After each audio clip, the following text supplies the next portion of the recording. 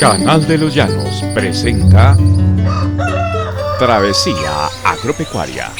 Fomentamos y divulgamos los diálogos y saberes de la producción en el campo. Bienvenidos.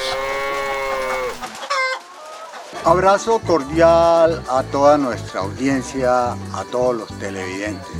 Estamos en Travesía Agropecuaria. Lo de la agricultura urbana y la agricultura periurbana tendrá que ponerse de moda.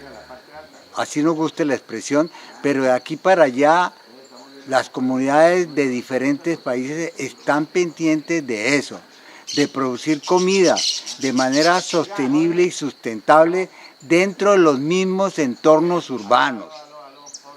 La pandemia, toda esta crisis generada, ha puesto una vez más en el tapete la preocupación de gobiernos de países por tener asegurada la seguridad alimentaria y la misma soberanía alimentaria.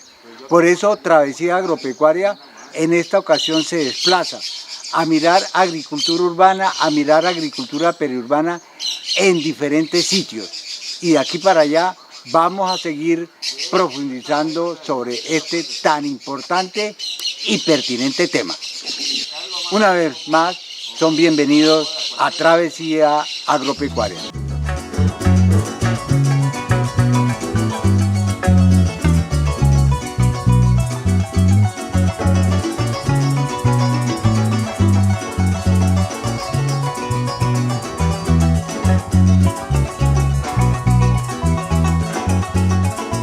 Y en Travesía Agropecuaria no nos cansamos de decirlo. Visitamos diferentes sitios, visitamos diferentes sistemas de producción. En esta ocasión estamos mirando con mucho detenimiento la agricultura periurbana. En esta ocasión estamos con el amigo Aristóteles Marrugo, quien tiene una instalación de agricultura periurbana en las partes altas de la vereda La Merced. Dentro de todas estas tecnologías que usted viene aplicando, me llama mucho la atención que hay una de la cual no se menciona con frecuencia, y ello tiene que ver con la alelopatía. ¿Cómo le ha ido con esto? A mí me ha dado un buen resultado, muy buenos resultados. Todos esos sistemas se han venido implementando en el transcurso del tiempo y lo hemos logrado a raíz de la práctica, de la constancia. Alelopatía es un sistema biológico, es un control biológico que podemos utilizar en nuestros entornos de huertas, y yo lo utilizo sembrando plantas aromáticas y floras alrededor de mi cultivo para lograr dos objetivos. Uno, que algunos insectos se puedan mover hacia donde está la flora, que en estos momentos hay la evidencia donde están ellos trabajando y no tienen la necesidad de venir a dañar mis cultivos. Y las plantas aromáticas, por su fuerza, por su fragancia, también actúan como repelentes. Entonces miramos el conjunto que hacen. Algunos repelan y otros atraen. A mí me ha dado buen resultado ese sistema. ¿Esas aromáticas pueden inclusive servir para utilizarlas como consumo humano? Sí, claro que sí, con claridad que sí, porque están dentro del mismo proceso sano, el mismo proceso limpio, en el cual se practica dentro del entorno. Otro aspecto que me ha llamado la atención en la explotación de Aristóteles Marrugo es la misma confección de las camaretas. Uno inicialmente puede ver que son unas camaretas un tanto endebles, porque se conforman con unas varillas y a lo largo de esas varillas las envuelve, dijéramoslo así, con malla, con polisombra. ¿Le está dando buen resultado esto? Sí, señor. Y la polisombra también me permite de que el suelo tenga buena filtración, buena aireación, y eso da un gran beneficio para las plantas. Dadas las características de nuestro suelo en estas zonas montañosas y por ende supremamente arcillosas, y esas cantidades de arcillas no favorecen el crecimiento, el desarrollo de las hortalizas, ¿cómo hace usted para construir suelo? Formar suelo para mí significa salir a un área de bosque a traer tierra por bultos, por lonas, y preparamos en el área apícola, en el galpón de la gallina, preparamos un sustrato, sí señor, donde aplicamos una cama de hojarasca, después la cascarilla del arroz y lo ponemos como piso para las aves. Después de eso, en un periodo, se recoge, se aplican unos microorganismos para generar un proceso de descomposición y se mezcla con el suelo para poder llenar las camaretas y poder lograr el objetivo mencionado. Aquí yo preparo un microorganismo, se llaman microorganismos eficientes. Aquí los preparamos para poder lograr mejor descomposición en ese material orgánico. La recomendación es que esas materias orgánicas necesitan que se transformen más para que sean más biodisponibles los nutrientes, los microorganismos y los antibióticos que tienen esta. ¿Hay algunos aceleradores para agilizar estos procesos? Sí, en eso pues están los que comúnmente llaman los EM, que se pueden utilizar en los procesos iniciales de compostar. Aquí ha habido un proceso de un 80-90% ya de compostaje. Ya se empieza a ver aquí, por ejemplo, estas partes blancuzcas, después podemos decir que es una actividad de unos tricodermas que están trabajando en el proceso. Podemos ver cómo ya se ha aflojado. Sin embargo, todavía necesita que se transforme más para que todos los nutrientes que tiene esta materia orgánica de nitrógeno, fósforo, potasio, calcio, magnesio, queden disponibles para que la planta lo tome. Además, eso se logra a través de una actividad microbial que genera una serie de antibióticos y hormonas. La recomendación que yo le haría a Marrugo cuando siembre, volver a utilizar estos otros microorganismos eficientes, como el caso, le decía anteriormente, de la Azotobacter, Pseudomonas fluorescens y del Bacillus subtilis, entre otros. Los 3 microorganismos todos descomponen materia orgánica. Los 3 microorganismos todos producen antibióticos que nos van a proteger los cultivos y sobre todo a este nivel de enfermedades.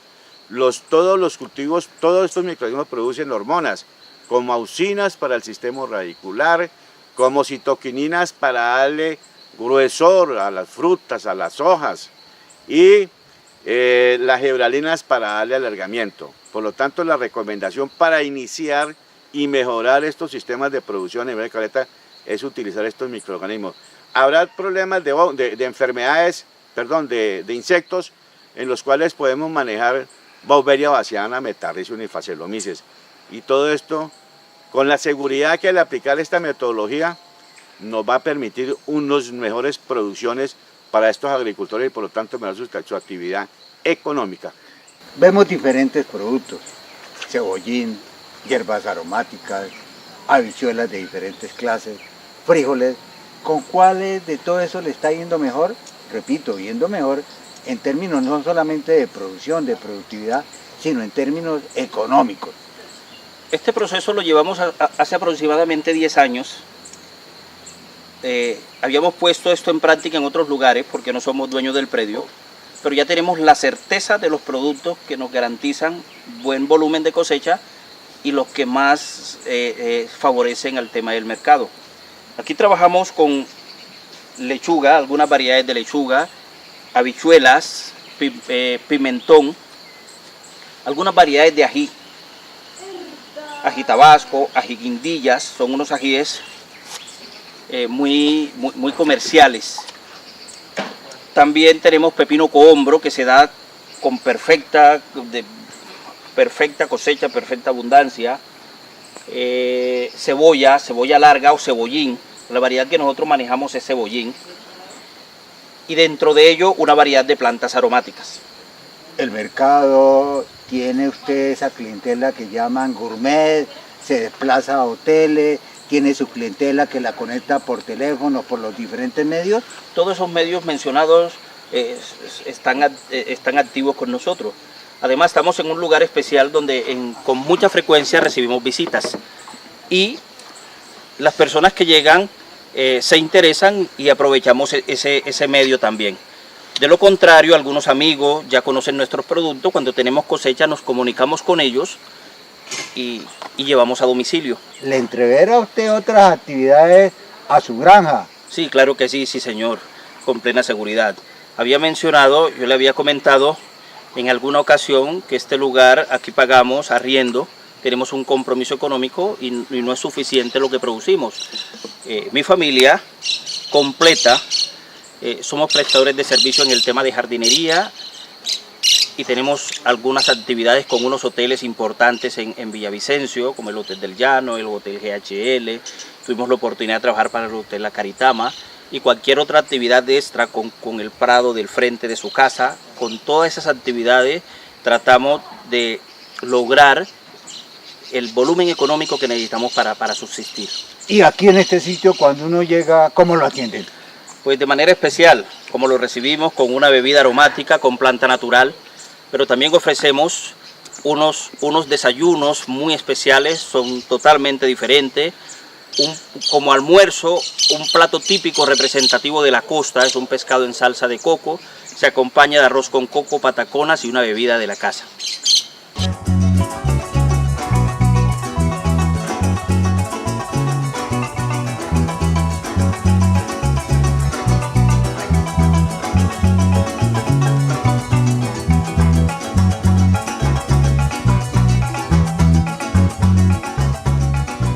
Con el ingeniero agrónomo Oscar Gómez. Con él queremos hablar ya propiamente de producción, de productividad.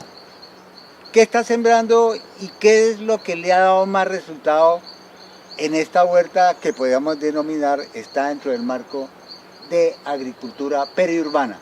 Pues digamos que lo primero que tenemos que mencionar es que esta huerta la hemos denominado huerta orgánica gourmet.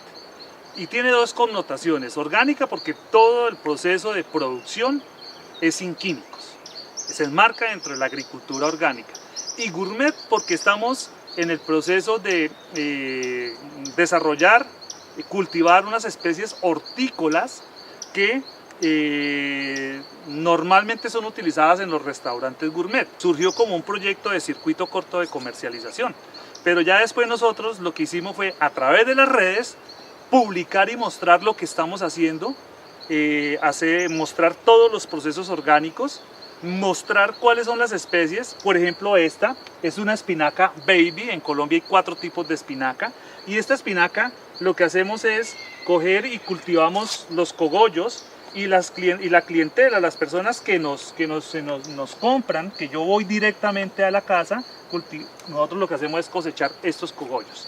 Y estos cogollos los metemos en una bolsita, llevamos a cadena de frío y vendemos una bolsita de 50 gramos.